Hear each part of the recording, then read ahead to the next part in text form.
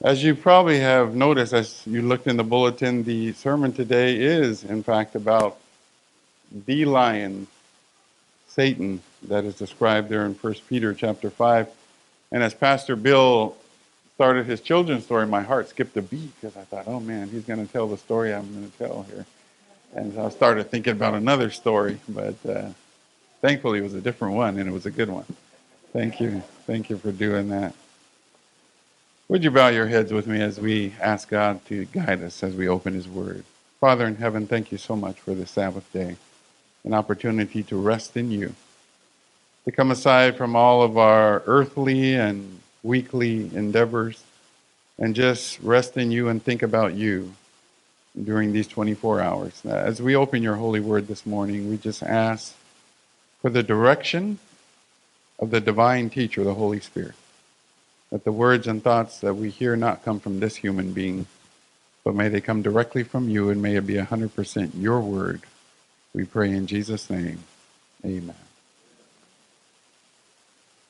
Read with me one more time, 1 Peter 5, verse 6 through 9. 1 Peter 5, verse 6 through 9. I'm reading out of the New King James Version. And it says, "Therefore humble yourselves under the mighty hand of God, that he may exalt you in due time, casting all your care upon him, for he cares for you." Then it says, "Be sober, be vigilant, because your adversary the devil stalks about like a roaring lion, seeking whom he may devour. Resist him, steadfast in the faith, knowing that the same sufferings are experienced by your fellow brothers and sisters throughout the world." Back in February, most of the major news agencies came out with a story that was quite compelling. Story of a young man by the name of Travis Kaufman, who lives in the Fort Collins area in Colorado. And Travis went out to jog one evening there close to Fort Collins at the base of the mountains. And as he was jogging, he was completing his jog about an hour after he had begun, and he was coming toward the end of it when out of nowhere this huge mountain lion jumped out of the brush and attacked him. He was totally taken off guard as he began to struggle literally with this huge mountain lion. Now, Travis is of slight stature. He's about 5'10". He only weighs about 160 pounds. And this mountain lion, after they weighed it, they found out it was about 120 pounds. But it was all muscle. And as this mountain lion attacked Travis, they began to tumble down the mountain. And Travis was desperate for a way to get away from this ferocious cat. So he grabbed the first thing he could grab, a huge stick, and he stuck it into the neck of this huge mountain lion. And it was almost as if it did nothing. They continued to tumble. Finally, they came to a stop, and Travis reached over and he grabbed the next thing that he could find, a pretty good-sized rock, and he hit the mountain lion in the head with the rock. And it stunned the mountain lion, but didn't stop it. As they continued to wrestle and struggle, Travis said, "I probably only have one chance here." So what he did was he cocked his arm and he punched the mountain lion in the face as hard as he could. And that stopped the mountain lion. Mountain lions aren't used to be punched in the face. So he didn't quite know what to do, and the mountain lion began to struggle to get away from Travis now. But Travis said, no, you attacked me, you tried to take my life, I'm going to take yours.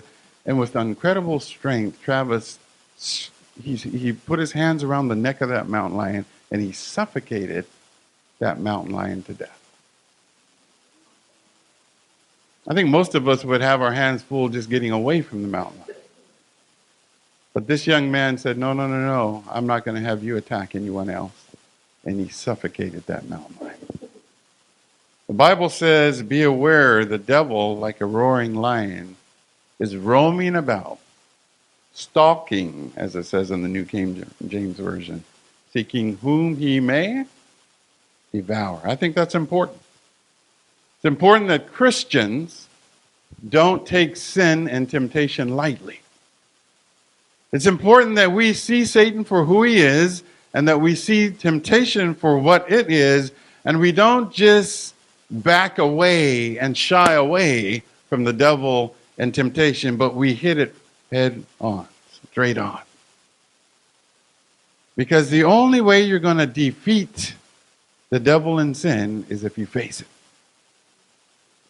It's interesting that I went to earthandworld.com to read a little bit about lions, and this is what I found there. It says, lions are ferocious animals, especially the African lions. This is because they absolutely show no mercy to their victims. It might be a deer for its meal or a human who has provoked it. It will not stop until the prey is dead. What does it say there? The lion will not stop until the prey is dead. Satan will not stop until you are defeated spiritually. Goes on to say the African lion's hunting skills are exceptional as well. They cannot sprint for a long time, but for a short span, they can reach up speeds up to 70 miles per hour. That is phenomenal. What speed? What makes them more fierce and menacing is that they hunt in groups called a pride. So when they do attack, they make sure they do not miss their prey. And you see, it's important for you and I to understand that Satan doesn't hunt us alone. He hunts with his pride.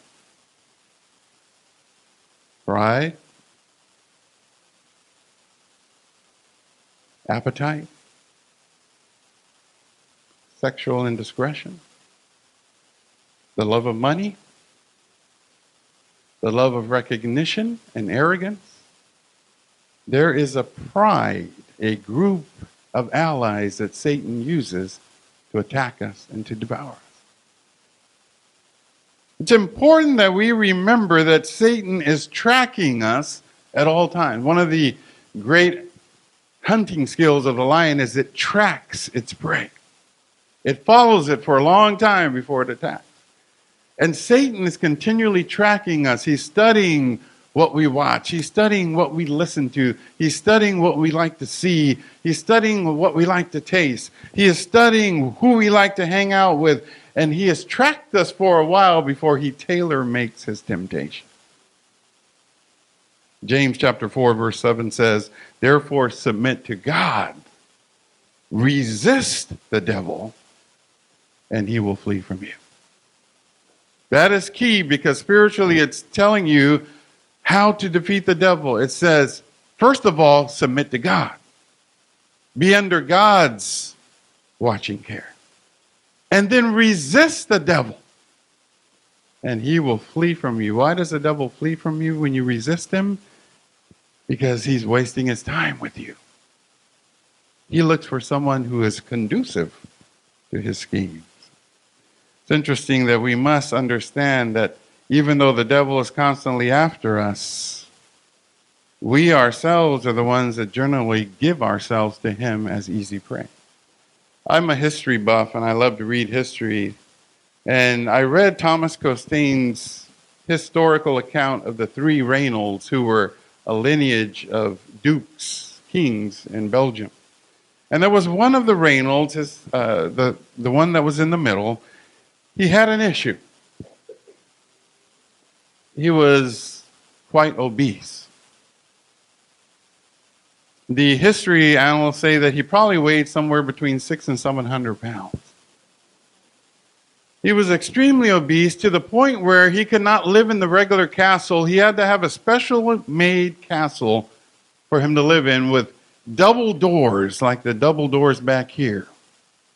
He didn't fit through a normal door. The windows were doubles, not a normal window.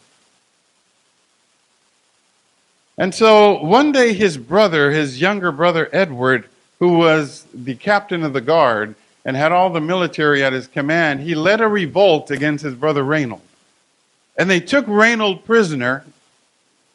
And Edward, knowing that he couldn't put Reynold in any old cell, he took him to the basement of his own castle, and they had a wall, an enclosure built around him. And in that enclosure, they put a normal-sized door and a normal-sized window. It was a frame with no door on it. It was a window frame with no glass. And Edward closed in Reynold in that room. Immediately, the leaders of Belgium came to Edward and they said, "You are such an animalistic, cruel man. How could you take your brother captive? And furthermore, how could you enclose him in a prison like that?" And Edward said to the people, he said, "Reynold's free to leave whenever he wants to." It was true. What did Reynold have to do to regain his liberty? Lose weight. As easy as that is. I can tell you from experience, it's not that easy. I used to weigh 260 pounds about 15 years ago. And because of health complications, getting diabetes and other things, the doctor said, if you don't lose weight, you will never see your grandkids grow. That was a wake-up call. And so I began to consciously know that I needed to lose weight to survive. Reynold needed to lose weight to regain his liberty. But Edward was so astute that every morning he would bring a freshly baked pie and he would stick it right inside the room. And Reynold would look at that pie and he'd turn away. "I can't eat, I can't eat, I can't eat, I can't eat." But the smell, the aroma would overcome him. And he would give in and he would eat the whole pie. Next morning, Edward would bring another pie, stick it in there. All Reynold had to do was to resist the food and just live on bread and water. He would lose the weight and he would regain his liberty, but he could not resist. And instead of losing weight, Reynold gained weight. 6 months later, he died in that prison cell. When he died, the people of Belgium came to Edward and they kind of demanded an explanation. "Why did you do that?" And Edward said to the people, Edward was free to leave at his own choice. If he died in that room, it's because he chose to die in that room. And Satan says the same thing to us. When we fall victim to sin, we act like we're the only one in the world who's being tempted that day.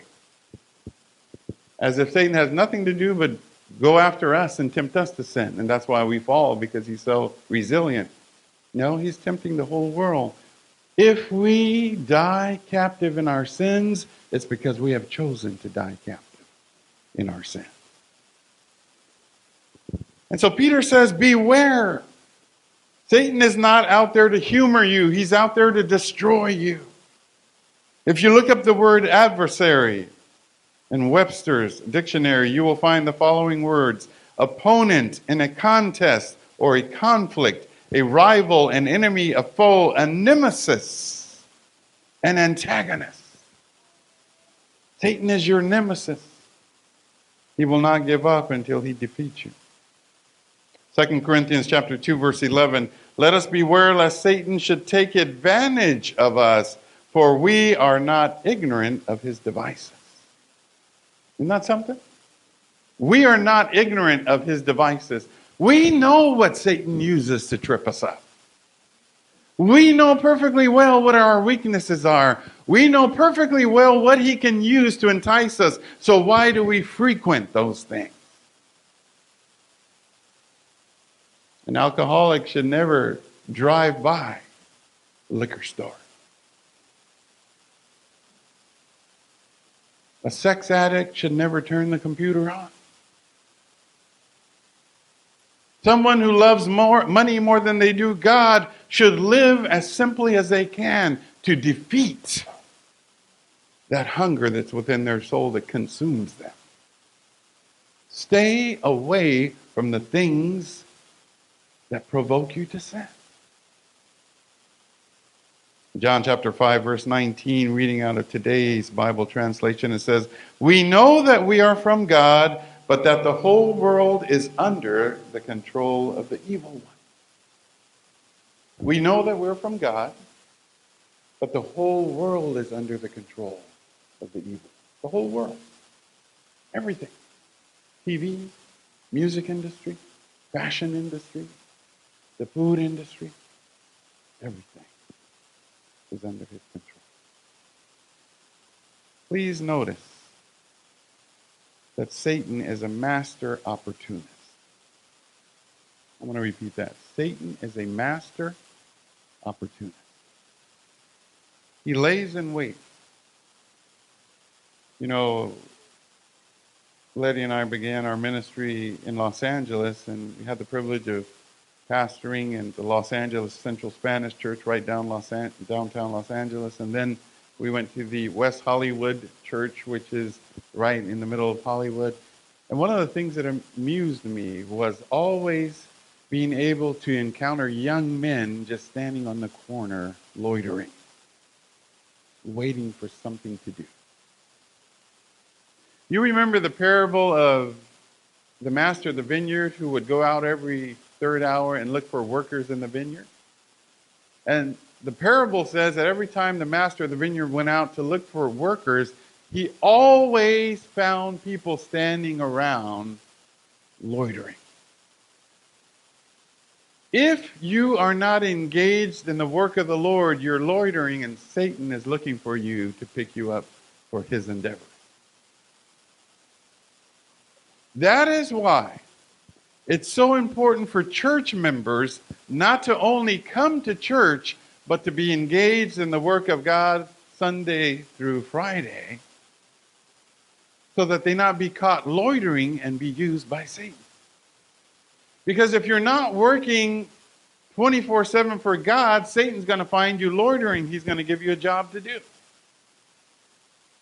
And that's why we end up gossiping. That's why we end up fighting each other. That's why we end up getting mad over the color of the carpet.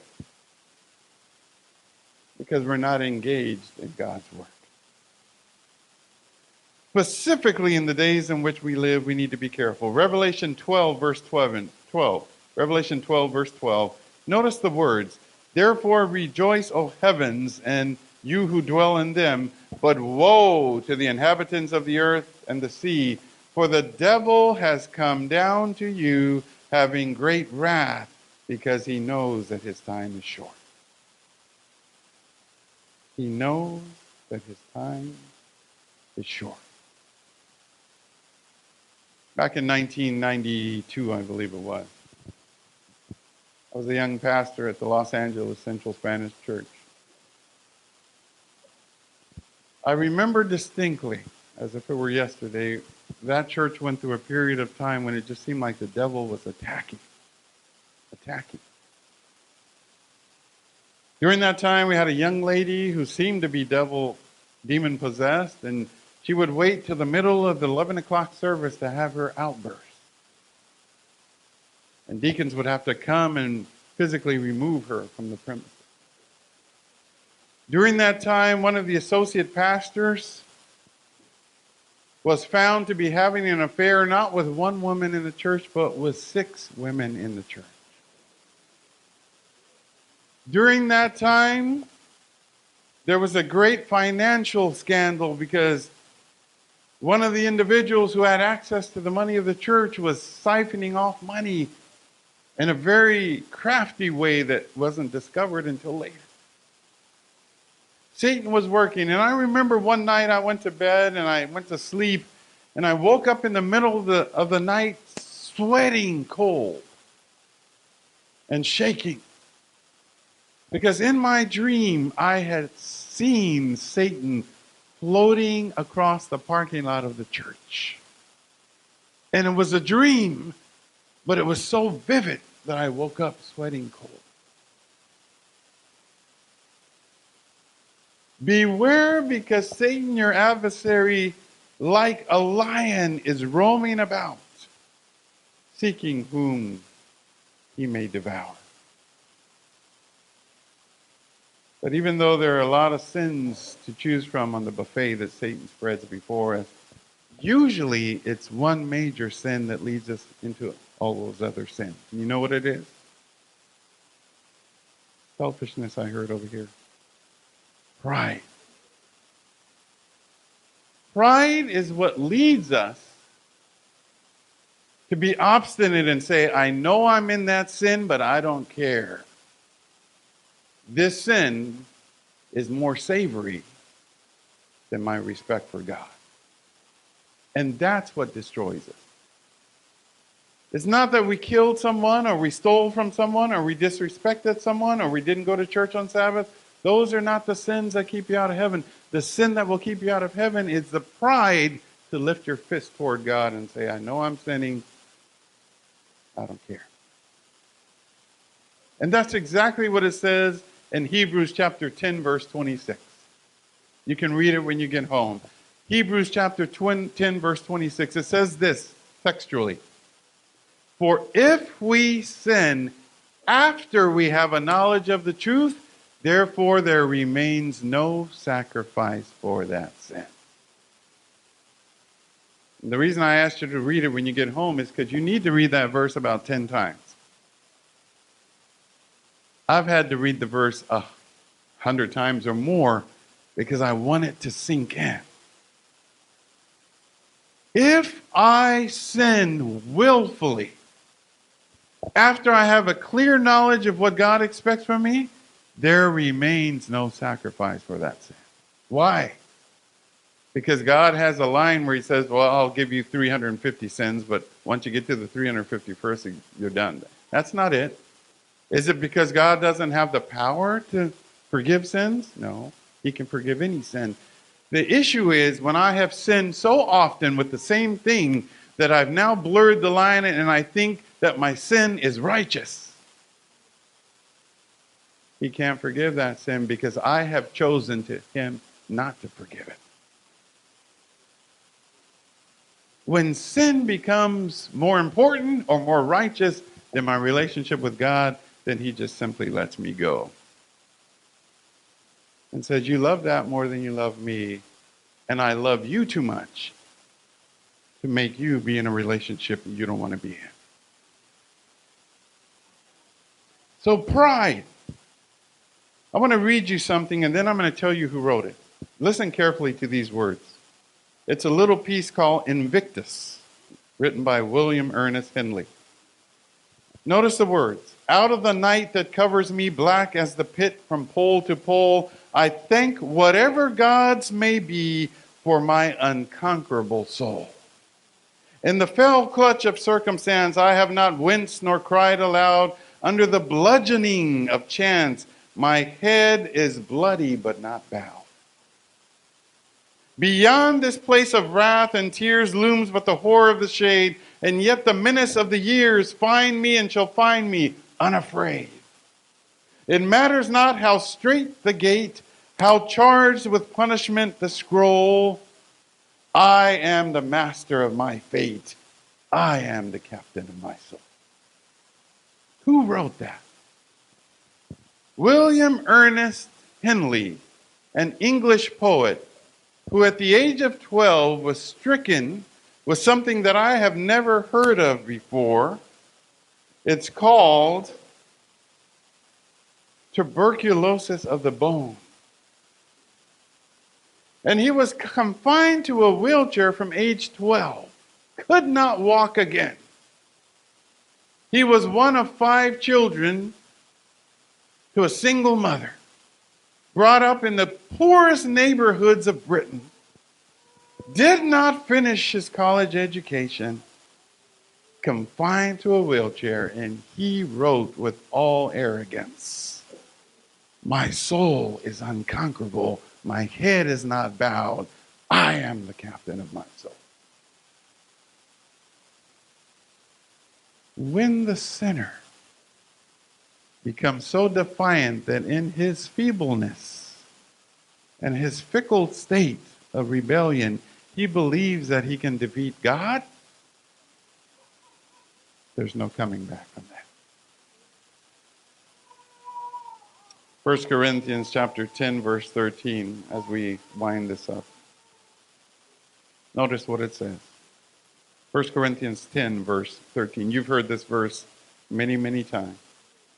No temptation has overtaken you except such as common to man. But notice carefully. But God is faithful, who will not allow you to be tempted beyond your capability, but with the temptation will also provide a way of escape that you may be able to bear it. With the temptation will provide a way of escape so that you can bear that temptation. The last church I pastored in Los Angeles, the Baldwin Park Church.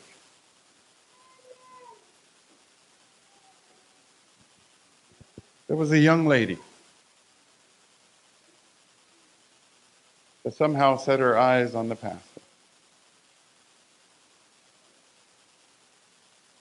And once you get, as a man, as a married man, once you get to a certain age, and a younger woman begins to flirt with you, even if you didn't have bad intentions, it's kind of enticing because it strokes your ego. For a younger woman half your age to be showing interest in you as a married man, it strokes your ego. And so I found myself talking to this younger lady. And I remember distinctly one Sabbath after church service, she had cornered me and I was talking to her in the hall, and my head elder came up to me and said to the young lady, "Pastor's busy, I need him. I need to take him." He grabbed me by the arm and he walked me away. When he walked me over to the pastor's study, he said to me, he looked me in the eye, he said, "Pastor, you have a beautiful wife, you have 3 beautiful children, you have a beautiful ministry. Don't throw it away for that." And it clicked. The gifts that God gives you are far too precious to sacrifice for a few moments of pleasure. That's what keeps you straight. When you understand that God's gift far surpasses anything that Satan can offer you. Once that clicks, you can defeat any temptation. But until you understand that there's nothing in this world that's worth losing eternity over, you will fall for every little thing in your path. Because if you have an insatiable appetite, every meal looks good. If you're addicted to sex, every member of the opposite sex looks good. If you're addicted to money, the newest gadget looks good. That's why people stand at the door of the Apple store overnight for a telephone that's no different from the one they just had. Because they're addicted to the next gadget. And when Satan finds out that you're addicted to the next thing, he will not leave you alone. Beware that Satan, your adversary, your nemesis, is seeking you not to hurt you, but to devour you. I end this morning reading this piece to you. There are some in here that are my age, of my generation. You'll remember a gentleman by the name of Paul Harvey. Tremendous radio commentator who was married to a Seventh Adventist woman, by the way. In one of his last broadcasts, April 3rd, 1965, Paul Harvey said the following. It's almost as if he wrote this yesterday. And you'll see what I mean. Notice what he said. April 3rd, 1965. Paul Harvey said, "If I were the devil, if I were the prince of darkness, I would want to engulf the whole earth in darkness. I would have 1/3 of its real estate and 4/5 of its population. But I would not be happy until I seized the ripest apple on the tree. Thus, I would set about, however necessary, to take over the United States of America. With the wisdom of a serpent, I would whisper to you as I whispered to Eve, do as you please. To the young, I would whisper, the Bible is a myth. I would convince them that man created God instead of God creating man. I would confide that what is bad is actually good, and what is good is weak. In the ears of the young, I would whisper that work is debasing, that cocktail parties are good for you. I would caution them to not be extreme in religion and patriotism and moral conduct. And to the old, I would teach to pray the following. I would teach them to say after me, Our Father, which art in Washington. If I were the devil, I'd educate authors in how to make lurid literature exciting so that anything else would appear dull and uninteresting. I'd threaten TV with dirtier and more violent movies. I'd infiltrate unions and urge more leisure and less work. I'd peddle narcotics to whomever I could. I'd sell alcohol to ladies and gentlemen of distinction. And I'd tranquilize the rest with pills. If I were the devil, I would encourage schools to refine young intellects, but to neglect the disciplined emotions, let them run wild. With flattery and promises of power, I could get the courts to rule what I construe us as against God and in favor of vice. I would evict God from the courthouse and then from the schoolhouse and then from the house of prayer. I would substitute psychology for religion. I would deify science because that way men would become smart enough to create super weapons, but not wise enough to control them. And then in my police state, I would force everybody back to work, and then I could separate families, putting children in uniforms, women in factories, and objectors in slave camps. In other words, if I were Satan, I'd just keep doing what I'm doing. My dear friends, be aware. Keep your eyes open and your hearts tuned in with God, because your adversary, the devil, is seeking whom he may devour. May God bless you today.